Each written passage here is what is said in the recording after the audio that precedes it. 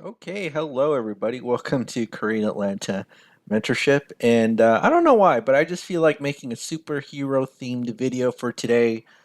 And we're going to become superheroes by paying off our debts really quickly with velocity banking. And before we start, I just want to make a quick comment that I really wish I had these Chase Avengers cards, but I don't want an actual Disney credit card because I don't think I've been to Disneyland in more than 10 years. And I've never been to Disney World. So I don't think it's worth it. And I have four Chase credit cards right now. But this could be a tool that you can use to help pay off your debt using something called velocity banking, right? And what is velocity banking? All it is a debt payoff strategy using a line of credit, kind of like one of these credit cards, to pay off debt. That's all it is. It's a debt payoff strategy. And there's only two things that you need to do it. You only need, number one, a budget. So I'm constructing that right now. So we have our income, expenses, and I'll calculate the savings and all this other good stuff. One thing I want to mention, right, is that we really have to be careful about a certain debt that most people get sucked up by. And this debt is associated with the American dream. We have to really be careful about housing. So I don't know if you've ever seen this statistic, and this is just from 2024. And look at all these YouTube videos about how 90% of Americans regret buying their home. 90%. I mean, think about if a factory produced a 90% failure rate with the widget, they'd be out of business in no time. But with real estate home buying, man, people make bad decisions. And because the vast majority of people make bad decisions and they want to look good, they will never admit it to you that they're struggling with their finances, right? So we really have to be careful about real estate purchase price. And it's also important that we also always try to make more income um, if we can't afford our desired lifestyle, right? But I'm not going to talk about making more income today. But one thing I do want to point out is that if I make $100,000 of annual income, right, and I have absolutely no debt, the maximum that I can afford for a house is $344, which is kind of like the typical house nowadays for three bed, two bath in many parts of the country, right? In certain places like Hawaii, California, that's going to be easily $1 million. Now, what I want to show you is if you have the typical debts like credit cards, auto loans, student loans, how much do you think you can afford? I really want to point that out. And so if you sum up just these debts that are, yeah, and I didn't put the mortgage yet, but all of these debts, two credit cards, an auto loan, and a student loan, and then you try to apply for a mortgage, Zillow says, and we'll take this number, 1872, that you can only afford a house up to $123,000. And only certain places, like in the Midwest and maybe like certain places in Alabama or Arkansas and probably Georgia too, maybe like Albany, Georgia, have houses at this price, right? So 6 figures, you have your typical debts and you can only afford a home up to $123,000. It's crazy. And that's why so many people struggle is because just because the bank says you can borrow for that house doesn't mean you should buy it. And there's certain things that you can do that I'll probably talk about in another video that would probably make more sense, right? I mean, think about this. Let's say you and your family members lived in the same multi-generational household. You know, I have three brothers that make more than 6 figures a year, yet because you live in California, you're poor. But what if all four of us live in the same household? Oh my goodness, then now we can combine our income, kind of like the superhero Captain Planet, because we're going to talk about superheroes, to with our powers combined and I don't know, buy apartments or something like that. But because everybody tries to do their own individual thing, that's why so many people suffer. Not gonna lie, but but yeah, 90% of home buyers regret buying their home. Isn't that crazy? So here's what we're gonna do. We're just gonna assume that we bought a home more than we could afford according to Zillow. So $200,000 at 6%. I just like using that number. That number seems kind of typical. Again, if you want to see the monthly payment, you just put in this loan amortization calculator right here. 30 years at 6%. 1,199.1, right? And so let's just go ahead and put in that number, 1199.1. Actually, let me just put in 3 because I want to demonstrate you something later on regarding replacing your mortgage with HELOC, but let me just do 3.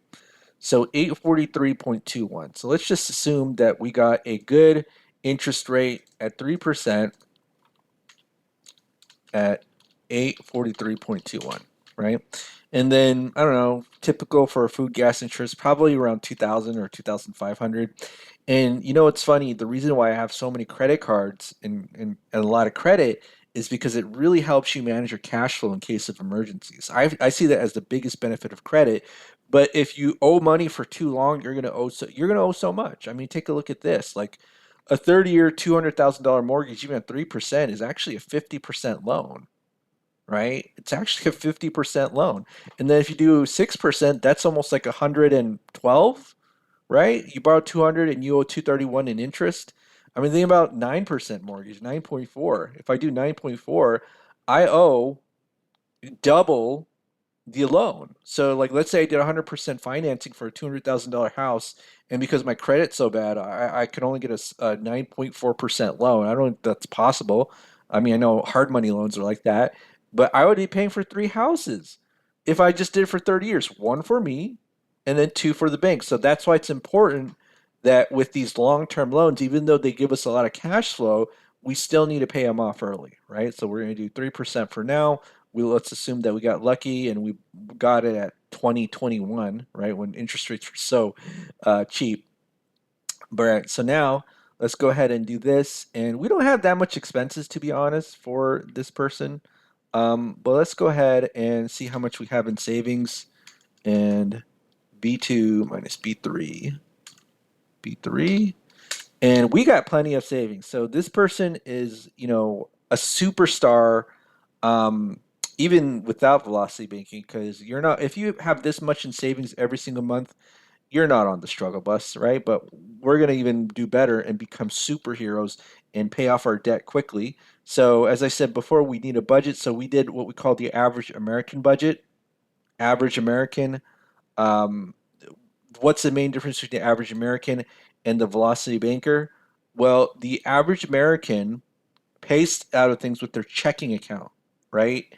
And the velocity banker uses their line of credit as their main operating account. That's the only difference, right? Because a lot of people, and I've demonstrated this before, they still have lines of credit, and because they don't use it as their main operating account, they struggle. They're on the struggle bus. And usually, when you have a line of credit and you have savings, you'll see a lot of posts on Reddit about how they have like 20 grand in savings, and the HELOC is this giant, or line of credit is this giant source of stress because they don't know how to use it correctly.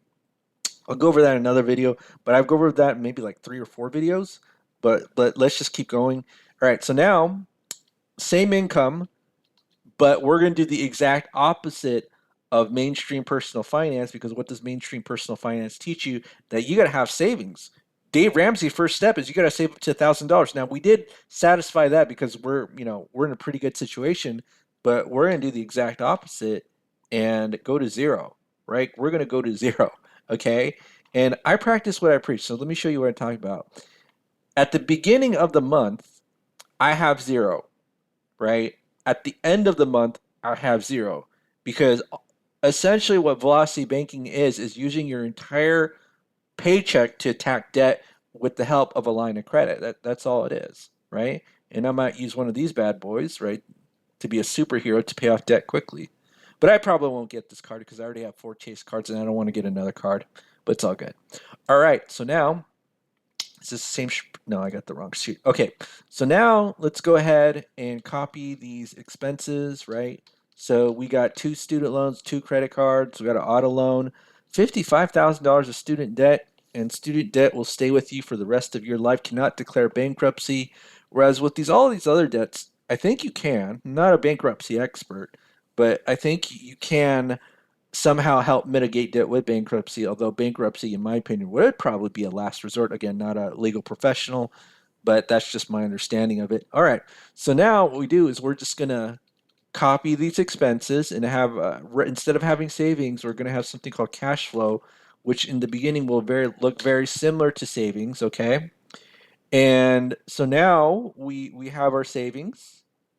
And now I'm sorry, not our, we don't have savings here, but we have something called cash flow, which looks very similar to savings.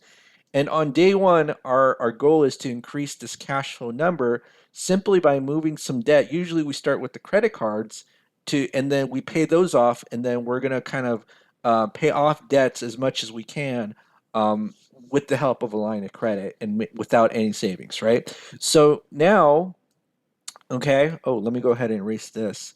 Let's assume that we have a $30,000 personal line of credit available. So what is a personal line of credit? It's just like a credit card, but in some ways better, in a few ways a little bit worse. But all a personal line of credit is a tool where I can easily borrow money from the bank. Like I click a button on the bank's website, and then cash just gets deposited in like 1 second. I literally just click a button, bam, cash got deposited to my bank account, and then they charge interest the day that I basically take out money, right? And so what we're gonna do is assume that we have a $30,000 line of credit available. And the cool thing about this, unlike a credit card, which is also a line of credit, um, I can use it to pay anything. Like I can't use a credit card to pay another credit card, or it's harder because I got to do a balance transfer. They charge me 3%. With the auto loan, that's a little bit hard because I got to use Plastique. Same with student loans, mortgages. Plastique is a little bit restrictive because they don't accept all credit cards. And if you don't know, Plastique is it's a third-party servicer where you swipe a credit card, they'll charge you like a 2 point something percent fee in order to use your credit card to pay loans. But I know that Amex and Visa, they don't, even though Plastic uses credit cards, they don't allow Amex and Visa to pay off mortgages and student loans, right? All right, so now let's go ahead and make our line of credit as our main operating account. And oopsie, did I screw up here? Okay, so $3,284. Yeah, okay. So now maybe I did screw up. I don't know. I'm probably like out of it. All right, so now what we're gonna do is just transfer some debt. Again, we usually start with the credit cards and then we move these here. So it's gonna be $25,000. Let's move it to that line of credit. Again, we're not paying off the debt, we're simply transferring it, okay? And by simply transferring it, guess what happens to these payments? These goes to zero, zero, right? And look, we went from 3,200 to 4,100 in an instant. Isn't that crazy? Like, how did that happen without making more money? And you might say, well, this debt's right here, right? Exactly. So what we're going to do is the actual velocity banking strategy, which is your entire paycheck. Whoopsie, hold on. Someone's messaging me.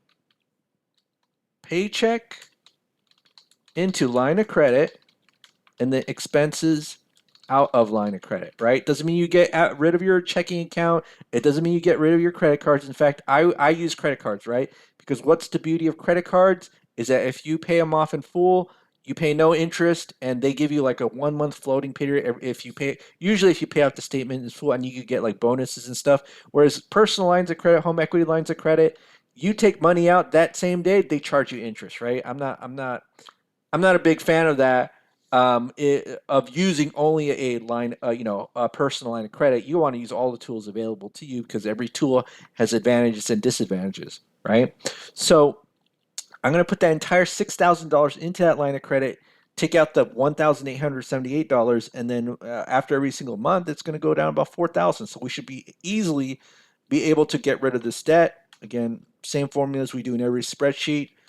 You need to get the next month and then the next month's balance, which is the previous month's balance plus the previous month's interest, minus this cash flow number, 4121.64. And then we take the interest, which is the average daily balance estimated using this function, multiply it by the interest rate, which is 0.15, right, 15%, and you divide by 12 to get the monthly interest. And so, yeah, you do have to pay some money to use the bank's money as a tool to help you manage your cash flow and pay off your debt, right? So let's go ahead and copy and paste, and then wabam, paid off $25,000 of debt in 7 months like a superhero, right? So 25K, 7 months. Okay. All right. So now we have the auto loan, student loan, the mortgage. We got all that good stuff. So which one do we pay off? Well, here's the thing. if I look at all of these, I might get confused because I'm looking at interest rates, the amount they got to pay. So let's just use a quick, simple formula. And again, simple and easy has a lot of value into society because we're overwhelmed with information. If I just give you a formula that will easily allow you to see which one to focus on, then that has, like I said, easy and simple has a lot of value because you know what the biggest problem that people have is that they overanalyze and they're paralyzed, right? Analysis paralysis. So the formula I like to use to figure out which debts to pay off is the cash flow index. Look it up on Google. Let's just do here cash flow index, right?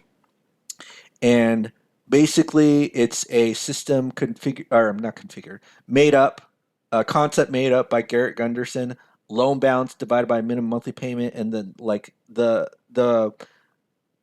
number has some significance as well as what order the number is, right? So you always want to pay off the lowest one first, and we'll go over that right now. So let's go ahead and figure out that cash flow index, which is $24,000 divided by 452.91. Again, it's the balance of the loan divided by the payment. And I know that the balance is incurrent after 7 months, so but we'll just, compare apples to apples being at the start because that's a good starting point of what the cash flow index is.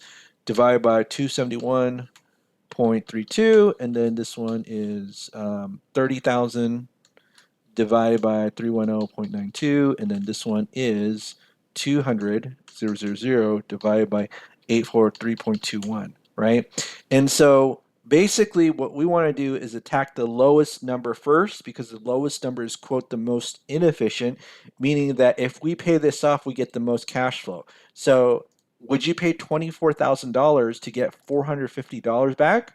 Or would you pay $25,000 to get $271 back? Right? We want to pay the $24,000 first because we get so much more cash flow for paying that $24,000 than this $25,000 student loan.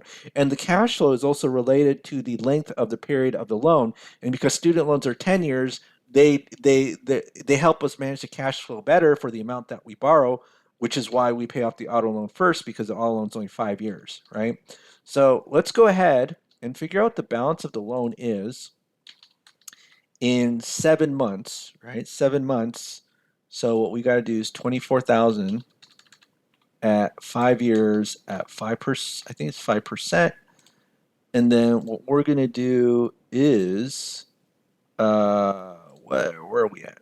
So 24,000, 5% at 7 months, right? So 24,000. Okay. So now, right now, if you see that this is the current balance of the loan at 7 months, let's just write that right here. And so one of the things that we can do to immediately increase our cash flow is to move this to the line of credit, right? So let's just do this right here. I'm gonna move this 21 grand right here, okay? And now this is gonna be zero, right? And so now our cash flow is $4,574.55. Now, is it technically the most efficient way of paying off that debt? Um, because if this is a 5% interest loan and a 15% line of credit, probably the most efficient way of doing it is doing what we call the chunking method, which is just putting, like, kind of like chopping up your loan into little pieces and then moving it to the line of credit. But it won't affect the auto loan as much as the mortgage, and I'm going to go over into that later. But let's go ahead and just do this. 21 grand, I move into line of credit, and my new cash flow is 4,000, right? 4,574.55. Okay. And let's go ahead and copy this. And as you can see here, this takes us 12 months to pay off. Okay. So now in 4 more months, we paid off this auto loan, or okay, so now 25 plus 24 is 49K, and then 12 months completely paid off. So now, again, cash flow index says that this one is technically more inefficient. So we can move the student loan into the line of credit. Now let's figure out what the balance of that $25,000. So 25, and student loans are 10 years, right? And I didn't know that until I looked it up way after paying the student loans. And I think what happened is when I had student loans, I was just like really depressed that I owed all this money and I felt like I learned nothing in college. And I think that's why I didn't want to look at it. All right, so 5.5%, right? Oh, I screwed up. All right. So now, yeah, I got that. 271.32, is that right? Yeah. So now after 12 months or after 1 year, what's the balance? Well, it's 23 grand, right? So we got 9 more years of paying off the student loan. And again, compared to a mortgage, the interest is technically not that much. It's only 7 grand, right? But you still want to pay it off, right?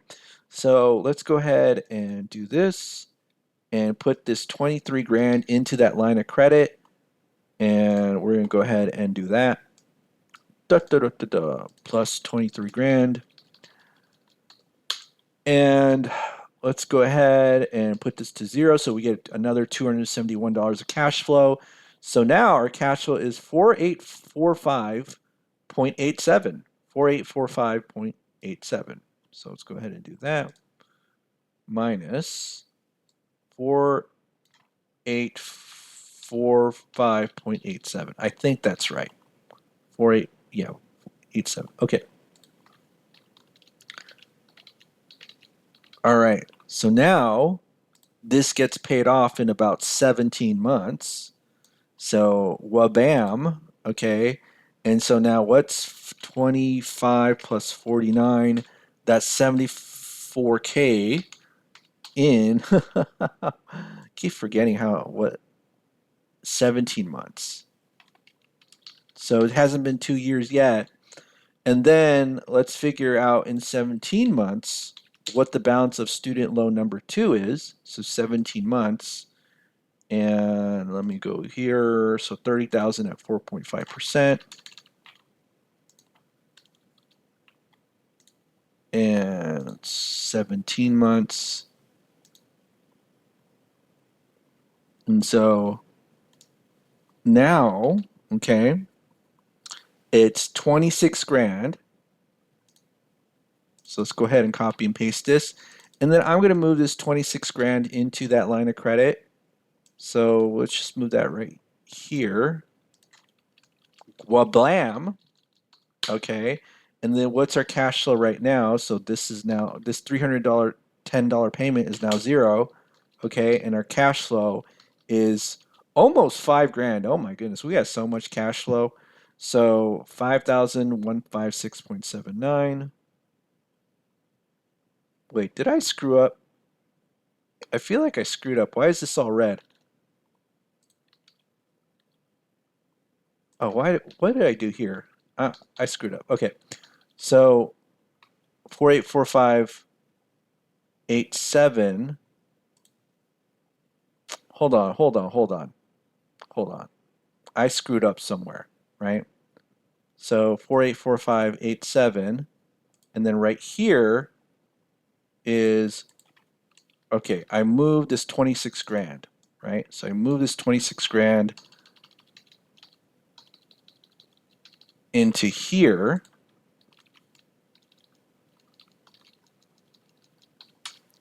Okay, and now this is 0 for our cash flow, and so our cash flow now is 5156.79.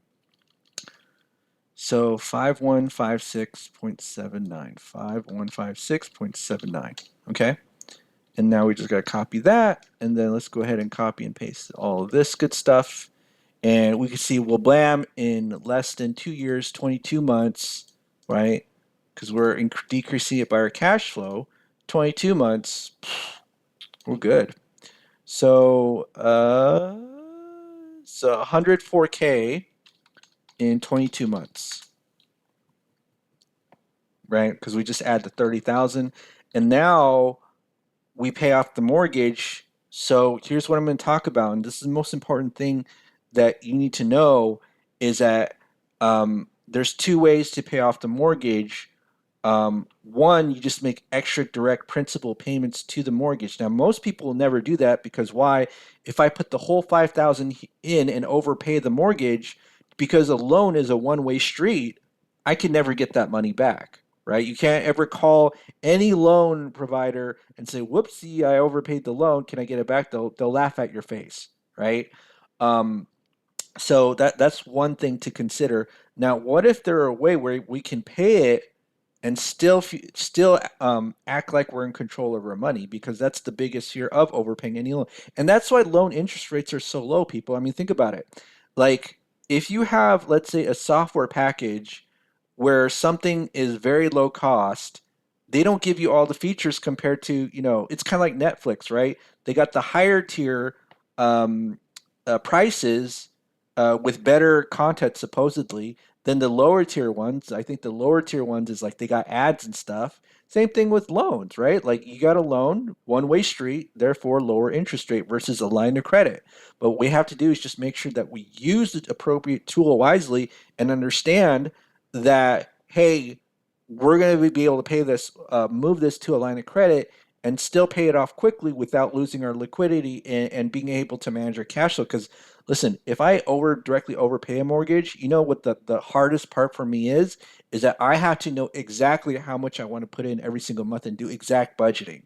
I don't do exact budgeting. I just do things on averages, as you can see right here. Oh, I think I'm going to have an average cash flow 2,000. Sometimes some months it may be negative because I got emergencies like car emergencies, or maybe you need to replace, I don't know, like a roof or something. And so you might be negative certain months. You might be really positive in certain months.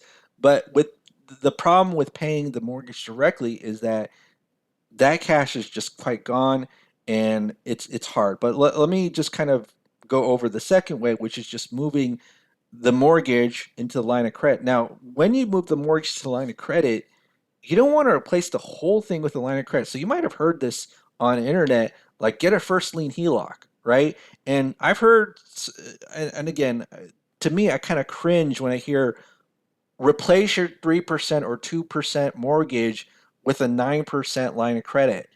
Because we can run the numbers, we can run the math.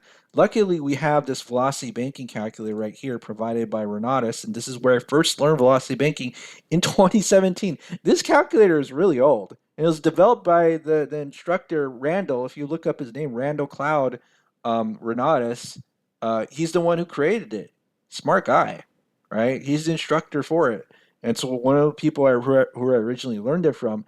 And so one of the things he talked about is that if you replace your mortgage, your entire mortgage to a line of credit, it's actually sensitive to the interest rate. Whereas if you just kind of move it in pieces or chunking or whatever, like 10,000 or 5,000 or small increments, that interest rate is it kind of doesn't matter.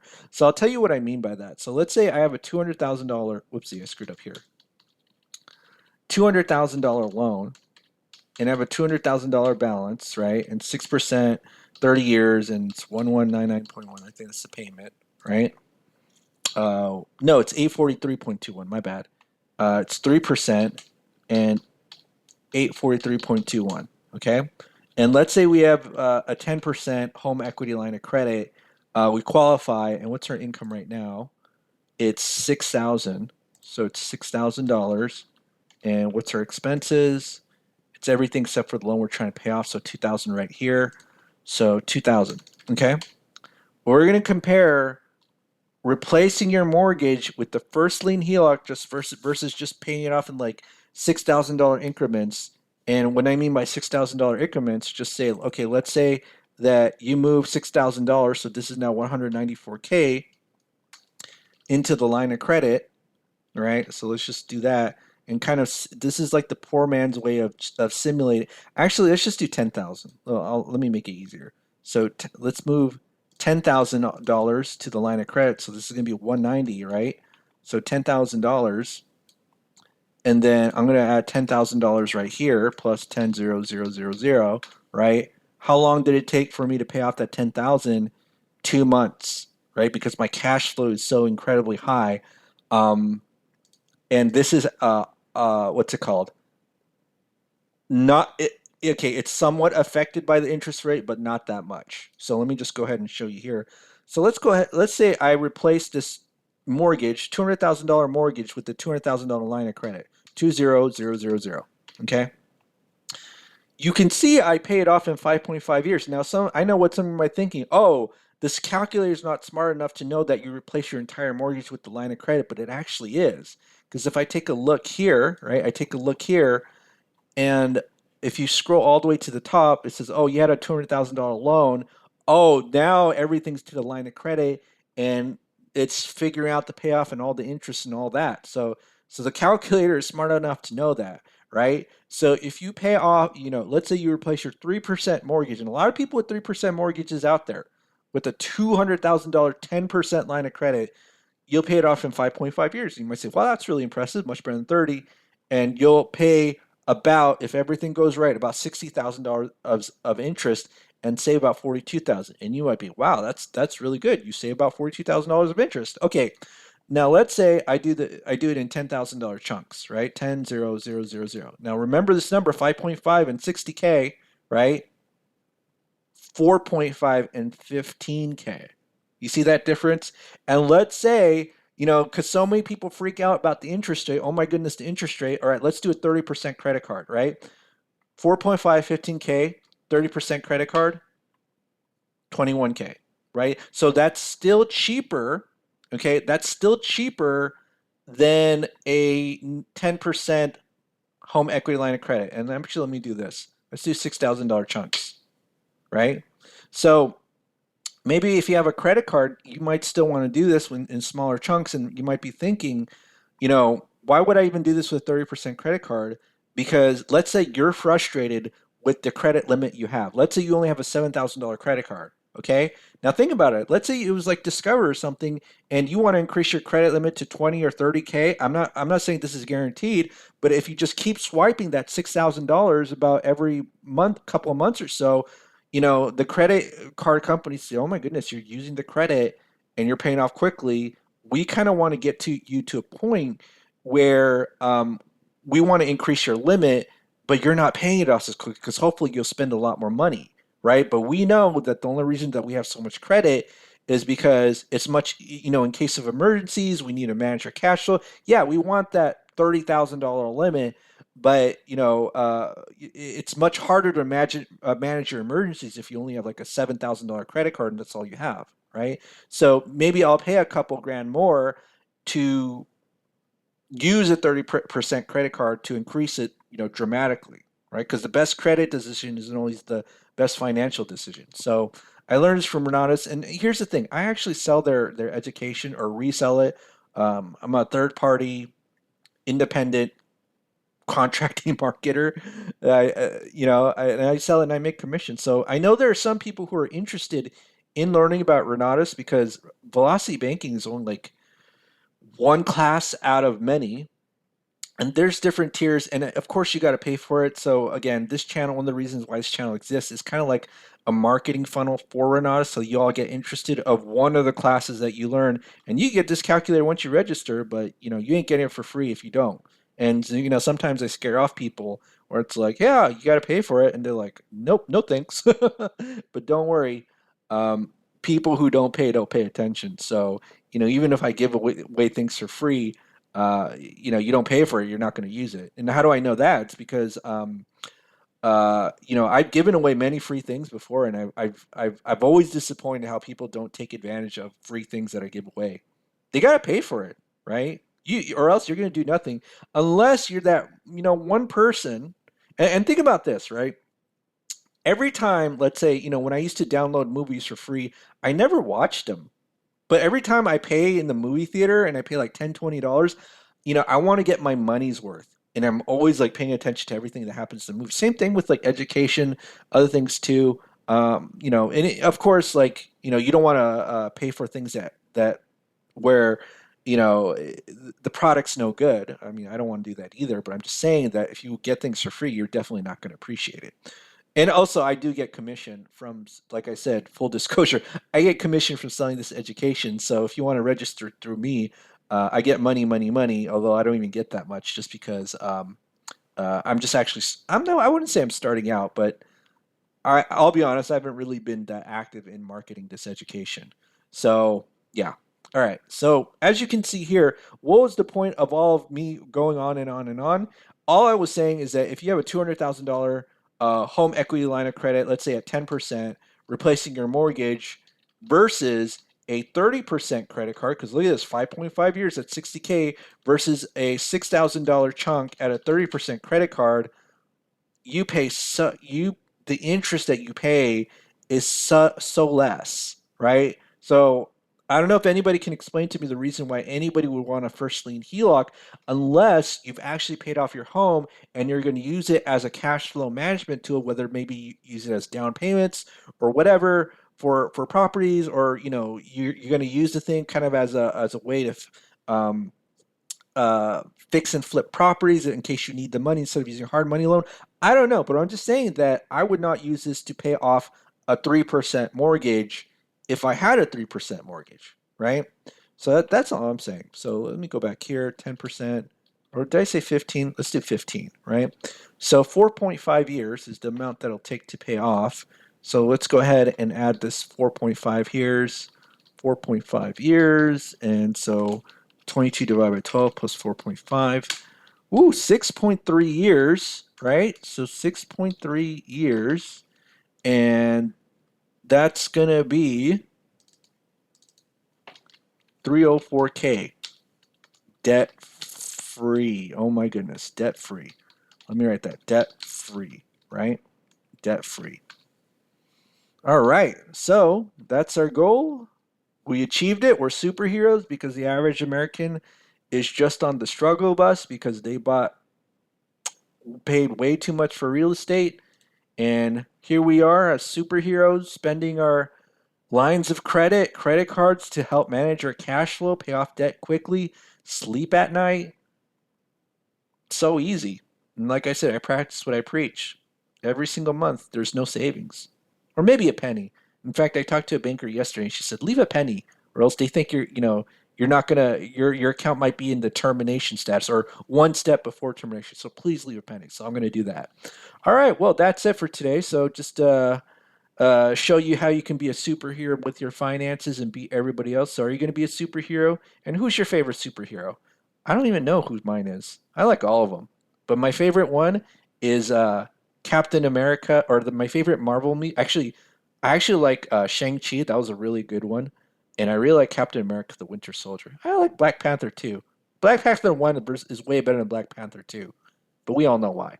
All right, well that's it, everybody. Have a great day, and we will speak next time.